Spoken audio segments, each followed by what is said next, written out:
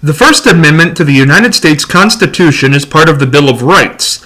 The amendment prohibits the making of any law respecting an establishment of religion, impeding the free exercise of religion, abridging the freedom of speech, infringing on the freedom of the press, interfering with the right to peaceably assemble, or prohibiting the petitioning for a government redress of grievances.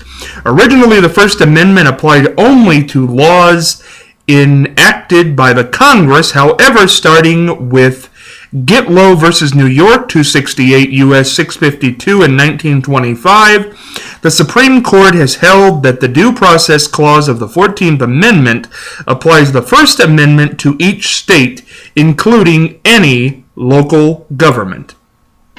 This is Scott Spears, and this is a new edition of the Spears Report, and a very important edition as far as I'm concerned on the First Amendment. Started out there reading the First Amendment and also giving a little background on it, that it does go state-wide. It's not just applying to Congress, it's applying to the state. The reason I bring this up is I am fairly worried that we are losing the First Amendment in this country to a certain degree. Freedom of the press is gone. I mean, I could sit here and tell you why freedom of the press is gone, but I think you can turn on the television and easily figure that out for yourself. They keep you away from things they don't want you to see. They don't answer your questions. And this is what I really hate, and we all say this in the media, but politicians, people in government, so on and so forth, kind of make the media out to be the enemy, which I've never really understood. Because to be honest to you, I don't really get this media bias thing unless you're giving an out-and-out opinion. If you say, I am going to vote for such and such, or you should vote for such and such for this reason, now that is bias. Absolutely, that's media bias. But if you're just giving the facts, and the facts are true, how are you biased? I mean, in Ohio here, we had a very interesting thing in the last gubernatorial election as it were. Kasich had a past that was kind of sketchy when it came to some things he'd gotten in trouble for. And people in Ohio were reporting on this. Now, it was fact, but somehow it got turned into the fact that they were even reporting on it was bias because it was hurting his campaign. That's not media bias. If it happened, then you can report on it. That's the whole point of media, to bring the truth to the people. That is the media's one weapon, the truth, the ability to ask questions. I don't understand this whole idea that people are turned against the media by the politician. The politician will get up there and say, that person shouldn't have asked that. Why not? There's no such thing as an indiscreet question. Faye Emerson said that, a great Washington journalist. And there is no such thing as an indiscreet question, because you know what? If I ask somebody a question, anything, they have the ability to say none of your business. You know why they don't want that? Because if they say none of your business, then it looks like they have something to hide. And maybe they do have something to hide. I don't know. But this whole idea of media bias is really stupid, and it really impedes on our First Amendment right to freedom of the press. The press should never be turned away from anything. The people are smart enough in this country to make up their own mind. Enough of that, because the thing I really wanted to address in this First Amendment was the right to peaceably assemble and how it affects the Wall Street, things going on in Wall Street and the protests. And also, here in Ohio, we have a weird thing going on right now I'm going to talk about in just a minute. But if those people on Wall Street are not causing harm to anybody, it's their right to do that. It's their First Amendment right to do that. You don't have to agree with what they stand for. You don't have to agree with why they are there, but you have to let them do it. because that is part of our government. That's what makes it great. Now, I'm going to spend less time on that because I really want to spend time on what's going on here in Ohio.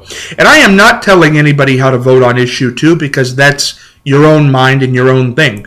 But here's the problem I have with issue 2, and it's the thing on letting the unions collectively bargain and making striking illegal in Ohio. Okay, collective bargaining, I'm not really sure how I feel about that, so I can't say anything about that. If you're for collective bargaining, good. If you think it should not happen, good. Make your mind up on that alone. But the fact that we have put in this bill and have put in this law in Ohio that it is illegal to strike, you cannot make it illegal to strike. Now, if you're striking and you're attacking people from going to work, or you're attacking people for crossing a picket line, yes, that can be, that's bad, very bad. But the mere act of striking to make it illegal, because in issue 2, it does not define this. It does not say what is illegal and is not illegal. It just says it is illegal to strike. That is a violation of your constitutional right. You can strike peaceably in this country for anything. You can go out there and you can say, this is wrong. That is your right. And don't you let anybody tell you any differently. The fact that this is in this issue is absolutely amazing to me. I think making it illegal, and you've got to understand what illegal means. Illegal is not just go home. Illegal is we can arrest you. We can put this on your record as the same as anything. You cannot make it illegal to strike. You can make it illegal to harm somebody. You can make it illegal to threaten somebody.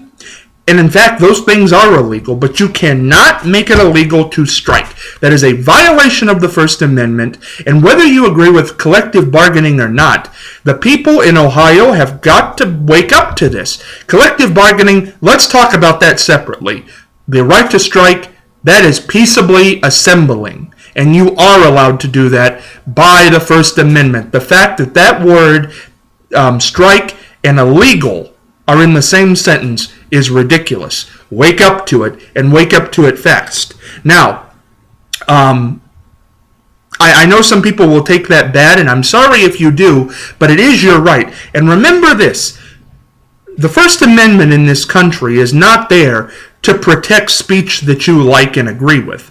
If I agree with you and I like what you're saying, I'm not going to speak out against you. It's the people who are speaking things that you don't like that amendment protects. And that's what's great about the United States. We can say anything we want. We can do anything we want as long as we're not hurting other people. You can call the president every name in the book. You can call any past president any name in the book as long as you don't try to harm them.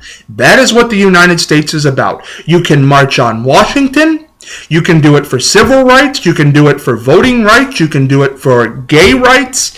You can do it for anything you want to do. That is your right. And by goodness, you better wake up to that, because when they start stepping on the Bill of Rights, I don't know what they'll step on next. Scott Spears here. ScottSpears3@gmail.com if you'd like to email me. Until next time.